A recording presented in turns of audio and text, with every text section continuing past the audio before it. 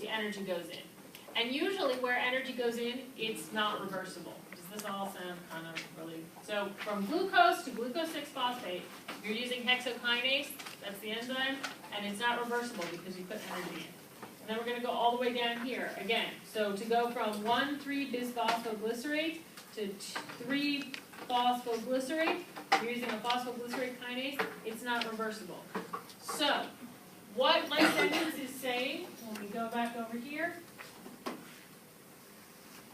is, okay, the enzymatic steps specific to gluconeogenesis, meaning where you need to use enzymes to create new glucose, address the irreversible steps of glycolysis. They're a workaround, okay? So glycerol kinase is an enzyme used for glycerol production. You go around wherever you got stuck before. All right, so that's all. I don't even need you to know specific ones. I just need you to know that. Okay.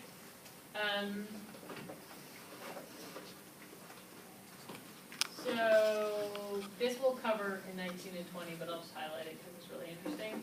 Liver glycogen is depleted by 18 to 24 fasting hours. Premature infants are more prone to hypoglycemia because phosphoenol pyruvate carboxykinase levels are low until post-term birth. Don't worry about a specific enzyme, it just means preterm infants. A lot of times, even if you get early term, between 35 and 37 or between 35 and 39 weeks, you end up with infants that are more likely to have low blood sugar, and this is why. Okay, because they have some glycogen stores, or they have some, well, they do have some glycogen stores, but not a lot. But they have some ability to make gluconeogenesis, but not enough. Not like a baby born at 40 weeks. These enzymes haven't been upregulated yet, so they're more likely to get low. Okay. All right, gluconeogenesis costs energy.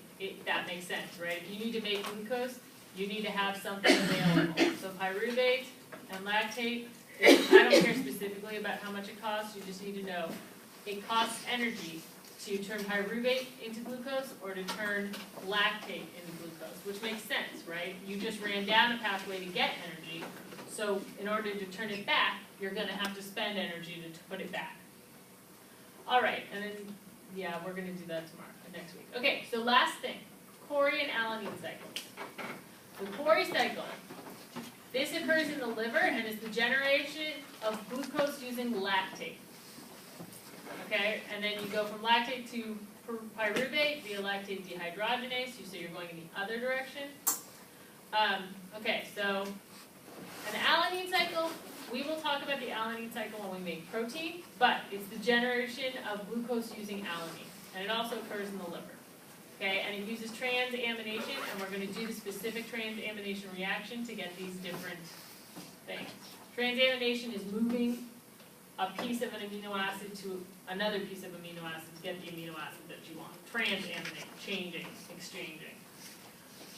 Okay, so all you need to know about those is what they are and where they happen. The Cori cycle occurs in the liver.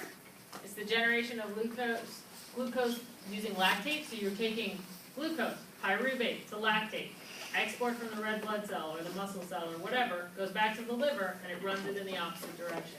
The alanine cycle is you're making glucose using the amino acid alanine. That's the alanine cycle. We'll do transamination later. Okay, so that's it for me today. I know this part was a lot. The take